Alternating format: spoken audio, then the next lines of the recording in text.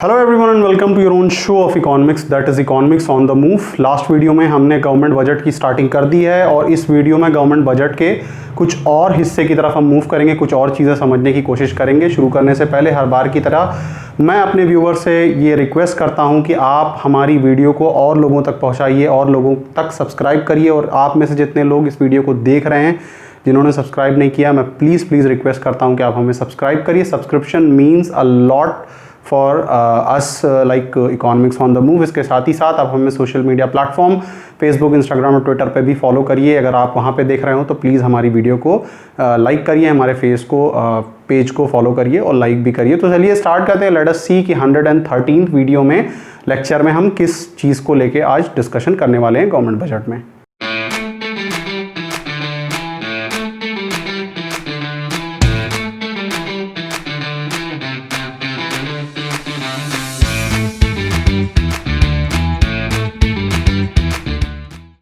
सो हम देखते हैं कि आगे हमें क्या चीज़ यहाँ पे डिस्कस करनी है, किस चीज़ की तरफ हम आने वाले हैं।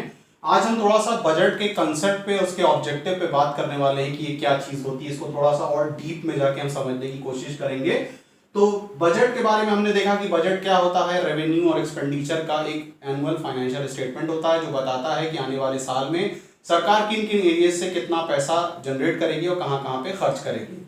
तो देखिए यहाँ पे एक इंपॉर्टेंट बात ये कि द बजट अनफोल्ड्स, बजट दो चीजें निकाल के बताता है। पहली बात क्या बताता है कि the financial performance of government over the past 1 year. मैंने आपके सामने इकोनॉमिक सर्वे बुक का डिस्कशन किया था, वो यहाँ पे यही बात बता रहा है कि बजट प्रेजेंट होने से एक दिन पहले यानी 1 फरवरी को बजट प्रेजेंट हो रहा है और 31 जनवरी को मैंने आपको बताया कि इकोनॉमिक सर्वे बुक आपके सामने आती है और सरकार की फाइनेंशियल परफॉर्मेंस के बारे में रिपोर्ट देती है कि पिछले एक साल में सरकार ने क्या किया।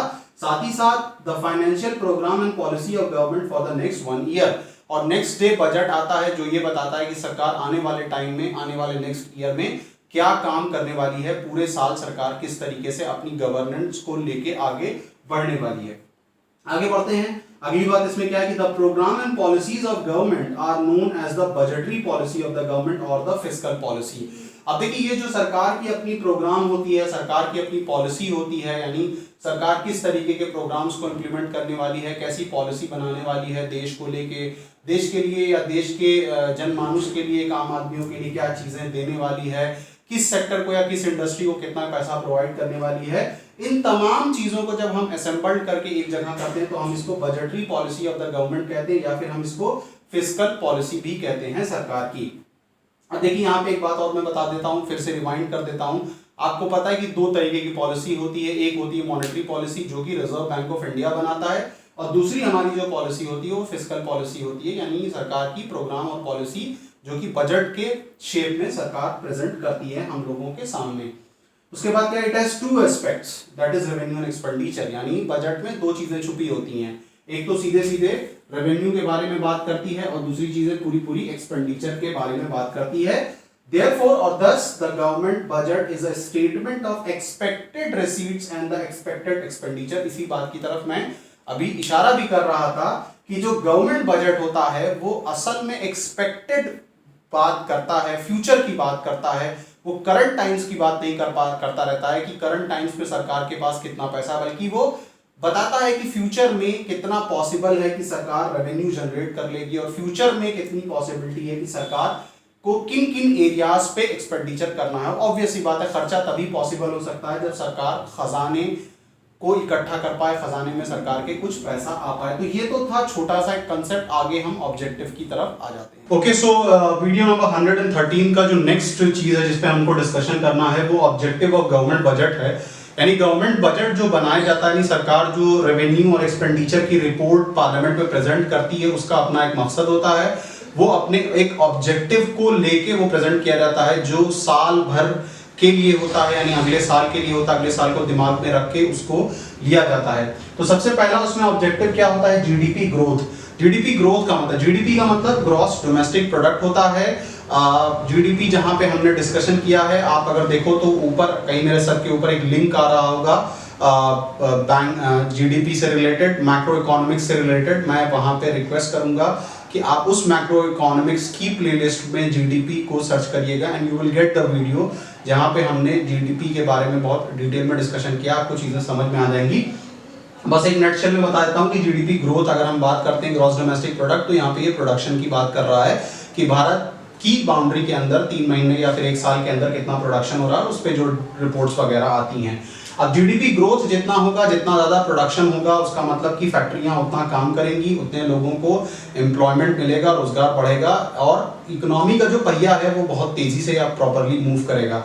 तो सरकार एक्चुअली ये प्लान बनाती है कि हम किन किन एरियाज पे कहाँ कहाँ कितना एक्सपेंडिचर करें, हॉस्पिटल कितने बनाएं, रोड कितने बनाएं, ब्रिज कितने बनाएं, कितने इंस्टीट्यूशन बनाएं, कितनी फैक्ट्रियां नहीं डालें, कितने पब्लिक सेक्टर यूनिट्स डालें, ताकि लोगों को वहाँ पे जगह मिले कि लोग आएँ और एम्प्लॉयमेंट अपॉर्चुनिटी उनके लिए अराइज हो, ताकि इकोनॉमी जो है वो तेज़ी से मूव करे, बहुत प्रोडक्शन हो और बहुत सारी इनकम देश के अंदर जनरेट हो। तो पहला ऑब्जेक्टिव तो सरकार का जीडीपी ग्रोथ से होता है, यानी प्रोडक्शन के स्केल को बहुत ऊपर ले जाना होता है, और ये तभी पॉसिबल होता है जब सरकार अपने एक्सपेंडिचर्स को प्रॉपरली एलोकेट करे, प्रॉपरली उसको खर्च करे। बैलेंस रीजनल डेवलपमेंट, अब देखिए बीआरडी की अगर हम बात करें बैलेंस रीजनल डेवलपमेंट की, तो ये बहुत जरूरी है। बैलेंस रीजनल डेवलपमेंट हम दो पॉइंट ऑफ व्यू से कह सकते हैं, दो बातें या फिर दो इसमें तरफ हम इशारा कर सकते हैं। एक तो मैं इसको रीजन के दौर में, रीजन के पॉइंट ऑफ व्यू से भी कैटेगराइज करूंगा, और दूसरा मैं सेक्शन ऑफ सोसाइटी के टर्म्स में भी इसको मैं कैटेगराइज कर दूंगा। अब रीजन की अगर मैं बात करूं तो देखिए हमारे यहाँ एक बहुत बड़ा इशू है कि बहुत सारा डेवलपमेंटल जो प्रोजेक्ट होता है वो कैपिटल के इर्द गिर्द रह जाता है, या फिर अगर हम साउथ की तरफ जाएं तो कुछ स्पेसिफिक शहर हैं जिधर की तरफ रह जाता है, यानी नॉर्थ इंडिया के भी पूरे रीजन में नहीं आ पाता है। तो मेरा अपना मानना है कि बैलेंस रीजनल डेवलपमेंट में पहला पॉइंट मैं अगर रीजन को रखता हूं तो मैं ये मानता हूं कि हर एक शहर का अपना ये राइट है कि वहाँ पे डेवलपमेंट होना चाहिए, वहाँ पे रोजगार मिलना चाहिए, यहाँ पे अच्छी शिक्षा मिलनी चाहिए, यहाँ पे अच्छा अस्पताल या फिर अच्छा इलाज का इंतजाम होना चाहिए, और साथ ही साथ section of society, section of society भी इंपॉर्टेंट होता है। डेवलपमेंट जब हम बात करते हैं तो डेवलपमेंट में भी हम यहाँ पे जिस डेवलपमेंट की बात करते हैं वो डेवलपमेंट एक्चुअली हम इंक्लूसिव डेवलपमेंट की बात कर रहे हैं, जो प्रधानमंत्री के हिसाब से सबका साथ सबका विकास की बात की जाती है, वो बातों में नहीं रहना चाहिए बल्कि प्रैक्टिकल सेंस में नजर आए कि इंक्लूसिव डेवलपमेंट हो रहा है, चाहे वो अमीर तबका है, चाहे वो मिडिल क्लास का तबका है, चाहे वो बॉटम तबका है, हर एक तबके को डेवलपमेंट का फायदा मिलना चाहिए। तो ये तब पॉसिबल होगा जब आपने बजट को उस हिसाब से ड्राफ्ट कर किया है।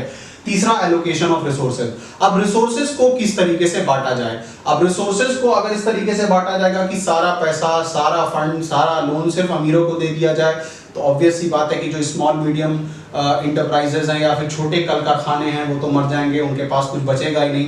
तो जरूरी ये है कि बजट में जो पैसा है उसका एलोकेशन इस तरीके से किया जाए कि जो छोटे लोग हैं, जो गरीब तबका है, जो गांव में बसता है वो तबका, जो मजदूर या किसान तबका है, उनके डेवलपमेंट के लिए भी बहुत सारे प्रोजेक्ट्स आए और प्रैक्टिकल सेंस में उनके पास तक पैसा पहुंचे। हमारे यहाँ बहुत सारी पॉलिसीज आती हैं लेकिन वो बेसिकली उनके पास तक नहीं पहुंच पाती, उनके अकाउंट तक नहीं पहुंच पाती, बीच में ही जो इंटरमीडिएटरी पार्टियां होती हैं वो खा के खत्म कर जाती हैं। और इसी वजह से आज कोविड-19 में जो क्राइसिस देखने को मिल रही है, ये क्राइसिस एक दिन में नहीं उठी है बल्कि ये कई सालों की क्राइसिस है, जिसकी वजह से ये प्रॉब्लम सारी देखी जा रही इकोनॉमी में। Redistribution of income and wealth, redistribution का मतलब क्या होता है कि पैसे को रीडिस्ट्रीब्यूट किया जाए, पैसे को बांटा जाए। तो बांटने का मतलब क्या है, यहाँ पे मैंने एक पॉइंट लिखा है कि the government attains this policy bye it's taxation, यानी ये गवर्नमेंट कैसे इसको पा जाती है, टैक्सेशन पॉलिसी का।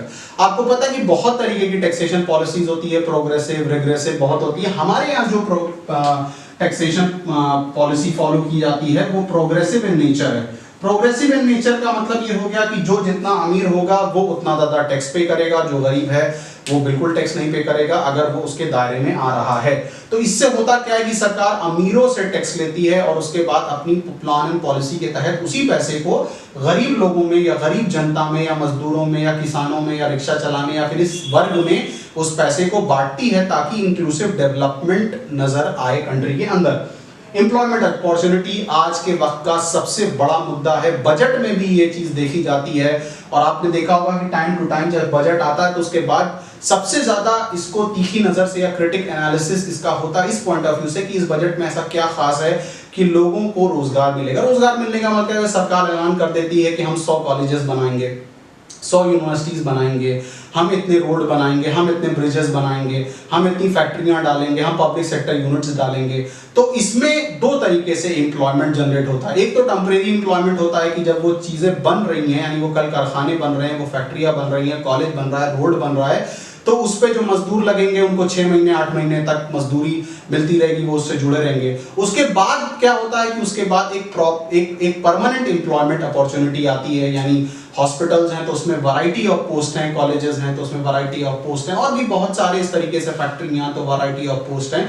तो यहाँ पे बजट का जो मकसद होता है वो ये होता है कि किस तरीके से सरकार एम्प्लॉयमेंट अपॉर्चुनिटी अराइज करे कॉमन पब्लिक के लिए, वो सिर्फ और सिर्फ प्राइवेट सेक्टर पे जिम्मेदारी को पास ऑन ना कर दे। लास्ट है इकोनॉमिक स्टेबिलिटी।